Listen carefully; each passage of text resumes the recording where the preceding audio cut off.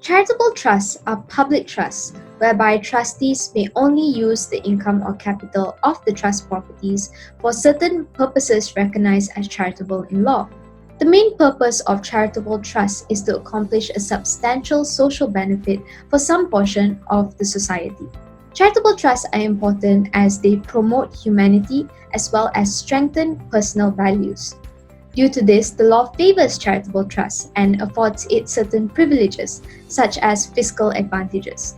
For instance, in Malaysia as well as in the United Kingdom, charitable trusts are exempt from taxation. Charitable trusts may be created inter vivos or by will. They are also subject to the rules pertaining to certainty of intention as well as subject matter. Charities law finds its origin in the Statute of Elizabeth 1601, but the modern formulation derives from the Pemsel case, whereby Lord Macnaghten set out 4 charitable purposes. They are relief of poverty, advancement of education, advancement of religion, as well as other purposes that are beneficial for the community.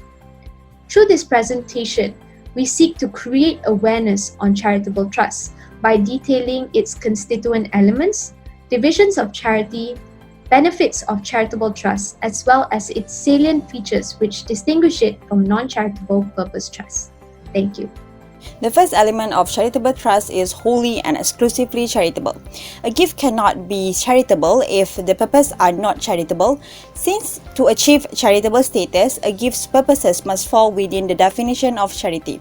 In the case of McGovern versus Attorney General, even though the organization may have other purposes which by themselves would be charitable, settlers who identify a number of purposes for their gifts must therefore be particularly careful to ensure that all these purposes are charitable. Otherwise, the whole gift may fail. The second element is public benefit. It is now well settled that to create a valid charitable trust, the settler must intentionally settle property on trust for a charitable purpose, which is for the public benefit. In the case of ISC versus Charity Commission, it said that the tribunal had agreed with its interpretation of the law on the key issues, particularly that a charity which expressly excluded the poor from benefit could not be a charity, and that charities must operate for the wider public benefit, not just offer a token benefit to the poor. Lastly, the third element is public policy consideration. The fact that a gift is for public benefit does not render it a valid charitable gift if the gift offends other public policy requirements. In the case of Canada Trust Company versus Ontario Human Rights Commission, a trust was created to provide scholarship for institutions that met certain criteria which are white, needy and of British parentage and a Protestant. The justices all agreed that this condition must be void for the public policy reason, regardless of whether or not they violate the Human Rights Code. As stated in PAMSL, there were 4 types of approach charities, which are the relief of poverty, advancement of education, advancement of religion and other purposes. In advancement of religion, religion involves belief in the supernatural that is accepted by an identifiable group. The religious purpose has to be serious, relate to moral, spiritual improvement and for the public benefit.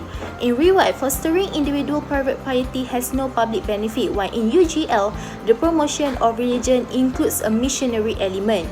Moving on, advancement of education. Education encompasses the improvement of useful branches of human knowledge and public dissemination. The beneficiary group cannot be limited to private individuals. For example, the advancement of zoology in Rui Lopez or promotion of artistic and aesthetic education for public benefit as provided in IRC against Macmillan. Next, for the relief of poverty, the gift must be for persons in need of financial assistance. This is an exception to the public benefit requirement. For example, the beneficiary may be a needy family members as mentioned in Risk Forest Brick or poor employees of a company as stated in Dingle against Turner. For other purposes, firstly in sport, the trust must be for advancement of education. For example, in IRC, where it is to improve the sporting facilities available to pupils. In animal purposes, the trust is to relieve the suffering of animals and access to public view cannot be restricted. For example, in Redgrove Grady, a sanctuary for animals and birds free from human molestation is not charitable due to lack of public benefit. Next, for social and recreational purposes, a gift solely providing hospitality or entertainment is not charitable as provided in William Trustees against IRC. For example, park outings and pigeon racing. For hospital purposes, the hospital must be available to a large class of public and not operate as commercial institution. As an example, in Taylor against Taylor, medical care for the sick is charitable. For the purpose of health, old age and importance, a trust to provide housing facilities for the aged is charitable. The first benefit of charitable trust is fiscal benefit. According to the Income Tax Act 1967, religious institution and non-profit organization is exempted from income tax. Furthermore, state authorities also allow exemptions for charities that use public places for charitable purposes such as religious worship and public schools. The second benefit of charitable trust is enforcement benefits.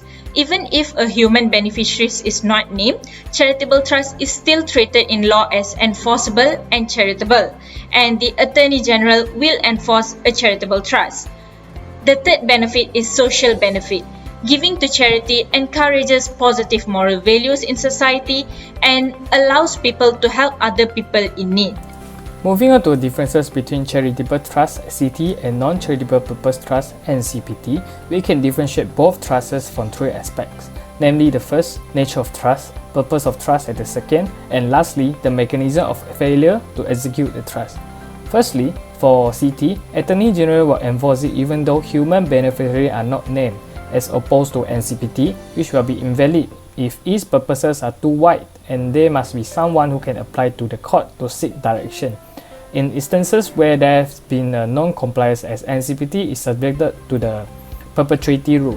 While for the purposes of trust, SITI is a type of an express trust created for a public purpose or public benefit, which is treated in law as charitable. On the other hand, NCPT is created for a private purpose and there is no human beneficiary or no individual directly benefits from it.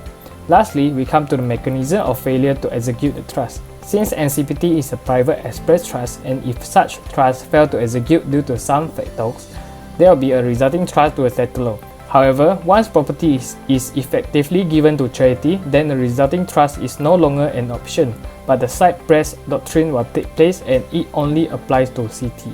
Hence, in the case of a SITI, the property in question then may be applied for another charitable purpose, as close as possible to the original trust. In conclusion, charitable trusts are express trusts which exist for a purpose.